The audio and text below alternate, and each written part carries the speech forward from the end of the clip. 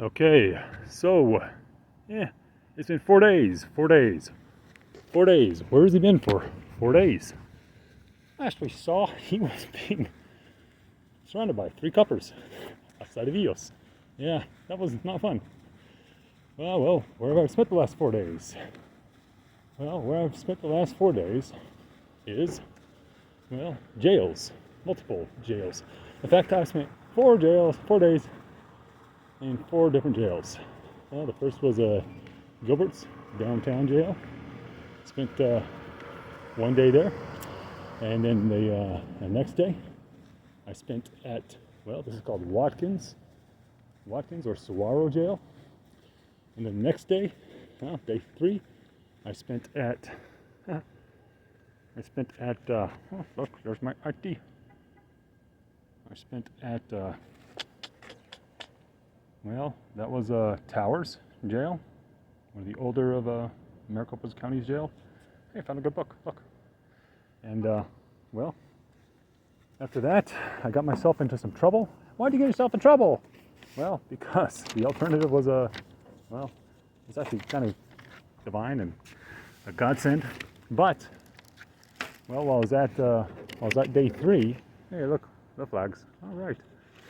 While I was at day 3 at Towers, they came through and did the COVID testing again. Gosh darn it, they love doing COVID testing here. Why do they love doing COVID testing? Well, because they make money. Every time they COVID test, they make money.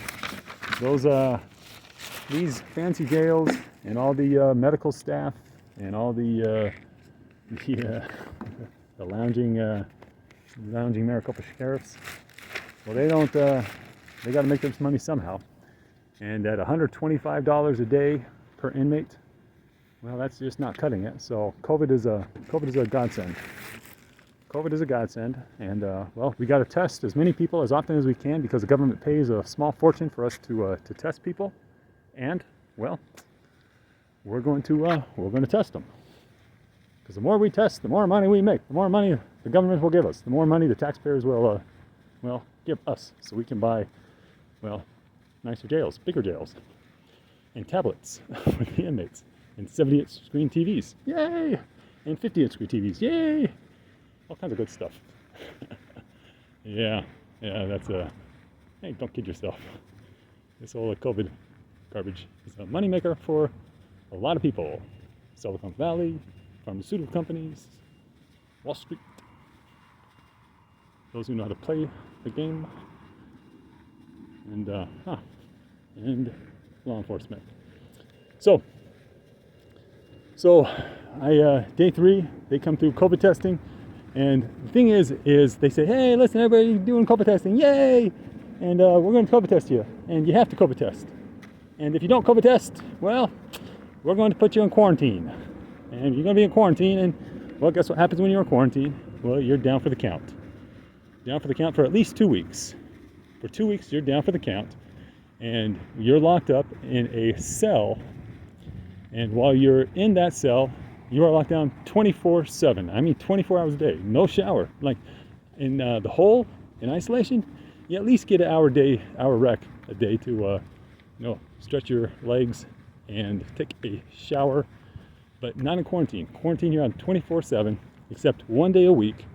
1 day a week, you get 15 minutes out to take a shower. And try to clean your cell if you can take a shower and clean your cell in 15 minutes. So I have a choice. I have a choice to, well, take the COVID test and contribute to the fleecing of America and fleecing of taxpayers, which is garbage because nobody's symptomatic anyways. They just keep on testing. So I can either take a test or I can go to quarantine. Go to quarantine, and when you're in quarantine, not only are you locked down, but they don't let you go to court. They say, hey, he might have the bubonic plague. We don't know. And so for 2 weeks, you're not doing nothing. You're not going to court. If you have court dates, they're rescheduling your court dates. You're locked down. And holy heck, I'm not going to be locked down. And this is a garbager move on the government, and I'm going to be let known. So while they're going over their spiel, and they say, hey, everybody, you're going to time for COVID testing. I say, hey, you dogs, You dirty government dogs. How dare you? How dare yous? How dare yous continue to fleece the American taxpayer? How dare you continue to profit hand over fist while people are suffering? And you did this while they closed our churches. You did this while they closed our schools. You did this while they closed our gyms. How dare you? And you know what? I'm going to not take the test, everybody's. I said, and it's a small price to pay for faith, family, and freedom. That's what I says. Ask anybody's. I'm good, thanks. That's what I says. I said, this is a small price to pay for faith, family, and freedoms. Hey, I'm going to go to quarantine. Hopefully I'll go to the hole. Because the hole, I have more freedoms. But hey, I'm going to do this for faith, family. Because I'm trying to rile people up. Saying, guys, come on. Guys, our freedoms, families, and faith are being run the F over. And nobody's doing nothing. And you don't have to do much. We live in America. I mean, right now, all you got to do is say, I don't want the stupid test. I'm not going to take it because it's garbage anyways. And so I'm trying to get these inmates riled up because, hey, Americans on the outside won't get riled up. They got Netflix and iPhones and Nikes. And, I got a job, mortgage. They're not going to do nothing, but I'm thinking maybe my peeps on the inside will finally make a stand and finally do something if they have the right motivation. And even though they have tablets, whatever. So I get loud, and man, you should have seen them running. Whoa, you would have thought there was a riot. Like dozens of officers. What's going on? Flight family freedoms! Guys, come on! What's it gonna take? So they took me out. They cuffed me, and they took me out of Towers on day 3. And then they take me to LBJ. LBJ is where the hole is, and now I got to spend my 4th day in the hole, which is, hey, a godsend. Because if I would have refused, which I was going to refuse, and I've always refused, if I was going to refuse, I would have ended up in quarantine. And court that I had on day 4, that eventually released me, I wouldn't have been able to go to. I would have been locked down for at least another 2 weeks. But because I got loud and screamed, freedom, family, faith, well, because I did, I was able to, escape that quarantine lockdown and escape a stupid COVID test and policing of America. And I got sent to the hole. Oh, but at least the hole, I get an hour shower, and I can go to court, which I didn't know I had, but I had court the next day.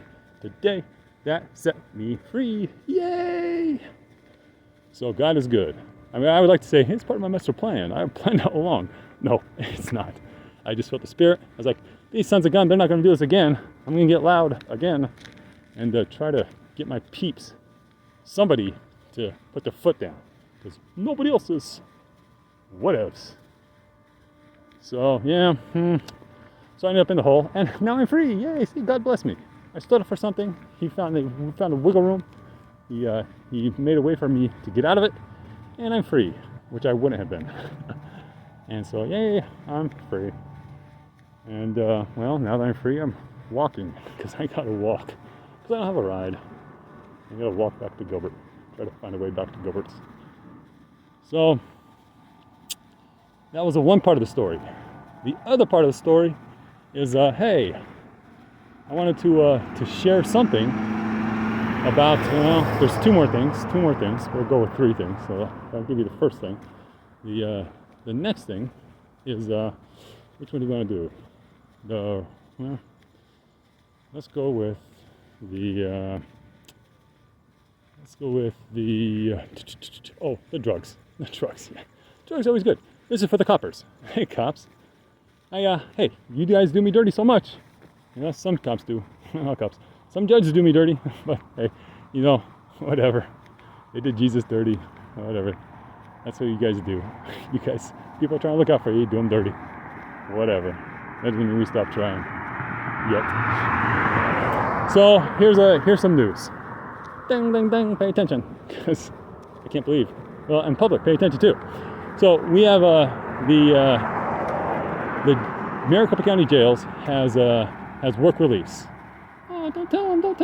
Yeah, they have work release. Everybody knows this.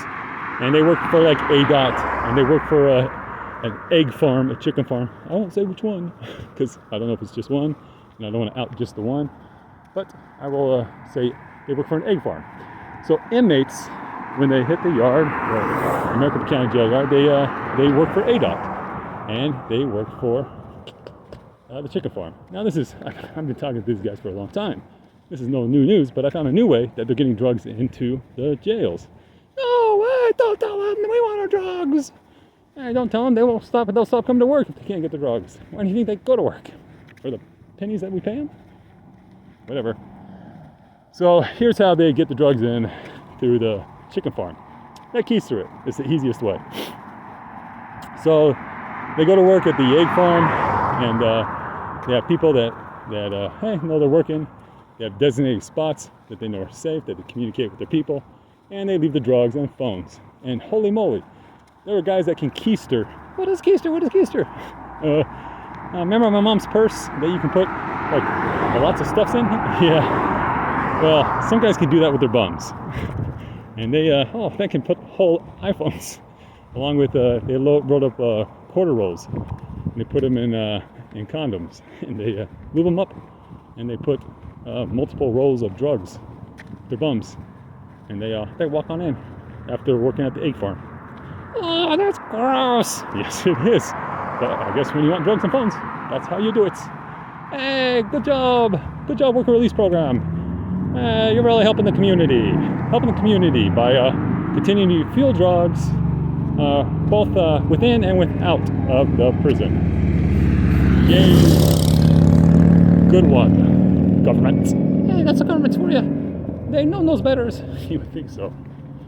So yeah, the governments, their worker release programs are helping bring drugs in, and also fuel the drugs on the outside.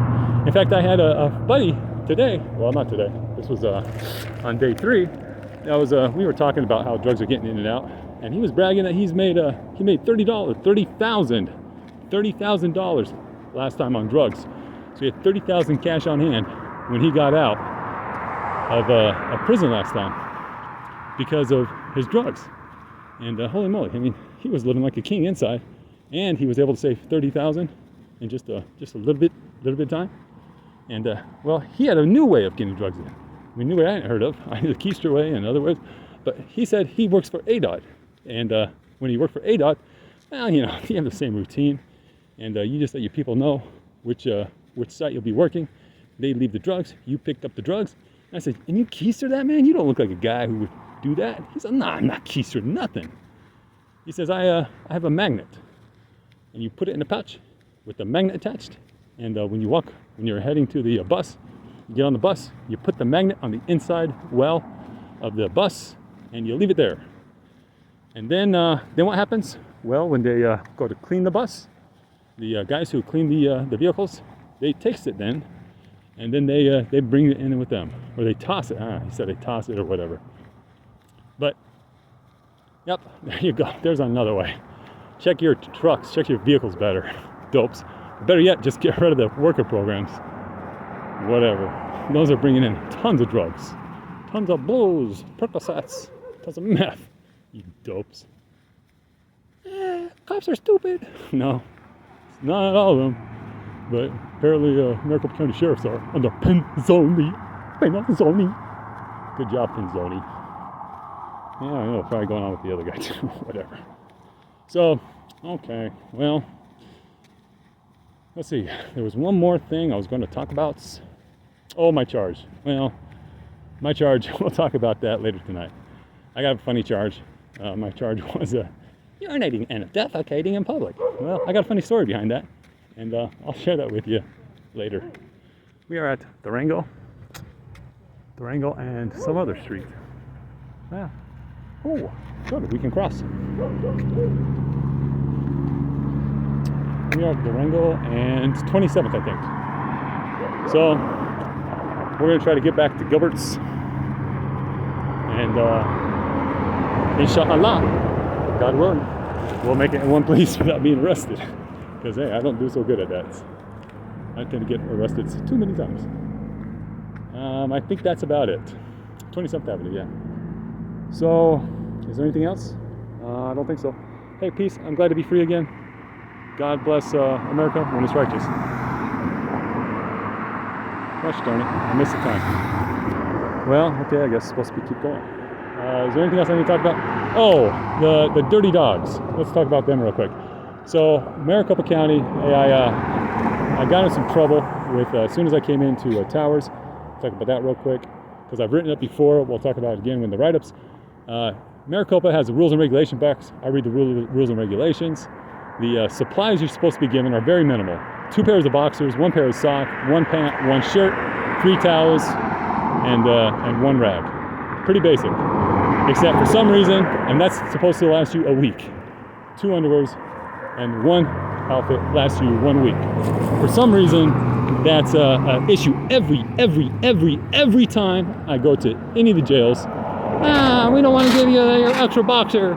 We want to short you a towel. We don't have enough. And again, this time they did again. We don't have socks for you. We don't have your extra boxer. We don't have your extra towel. So this time, as I've done before, sometimes they throw me to the ground and rough me up when I refuse to lock down because I don't have the bare minimum that the rules and regulations says. Yeah, they've done that. It's on record. Check it. I've grieved it. They roughed me up, threw me down the ground. Oh, almost broke my wrist. Tougher. And, this time when I didn't have all the stuff, they said, hey, you'll don't worry about getting an intake. They'll give it to you when you get to your unit. And you get to your unit, and they say, don't worry about it. We can't give it to you now. Laundry will give it to you. Laundry services, when they come around, will give it to you. And the laundry service comes around, you ask for it. Oh, wait, don't worry. We can't give it to you. We can't give it to you because everybody asks laundry for it. So you have to ask your unit. And he asks the unit, and they say, oh, whatever, write it up. We'll get to you if you write it up. And so, yeah, now you're like a week or 2 weeks in, and you've been without socks, or you've been without underwear or the towels you need. And yeah, oh man, it's so much to ask for. I mean, they get paid so stinking much that you'd think they could stock and have on hand the minimum supplies. But whatever. So I have to do this every single time. I have to ask for the bare minimum, then go through the whole write-up process. I have to grieve it. Such a headache. So now when I goes, I just lock stops down. When I get to the unit and they don't have everything, I just say, nope, not going any further. Give me what I need. Give me this time it was my socks, my boxer, and my extra towel, or I'm not moving. And you had this tougher Burach sergeant. Hey, Harrison, come here, he says, because there's a bunch of inmates, and they don't want to try to explain themselves when they know they're wrong in front of other inmates, because other inmates would be able to see and know that they're wrong. And so Burach calls me over. Hey, Harrison, come here. I said, no, Burach, you come here. I told you to come here. And I told you to come here. If you got something to say, you can say it in front of me and everybody else. Gosh damn, Harrison. And he goes over. Put your hands behind your back. Whatever, Burach. And Burach, the sergeant, a Duffer Woofer. He got so mad when I called him Duffer Woofer. He cussed me. He said, you're going to lockdown. You're going to show me some respect. And he does this cool weird thing. It must be like a ninja move. What he does, he grabs my wrists. He cuffs me tight, and he grabs my wrist. With one hand, he turns the cuffs on my wrist, so they're digging in my wrist painfully, really painfully. They're really cutting into my wrist. And then with his other hand, and he's pulling back and twisting on my wrist. So he's cutting and pulling back. So he's kind of trying to like pull me back into him. But with his other hand, it's in the center of my back and it's pushing me forward. So he's pulling and twisting with his one hand. I forget if it's right or left. He's pushing with his other. And the whole time he's saying, go faster, go faster, go faster. And holy moly, I'm going to take this phone call from Chad.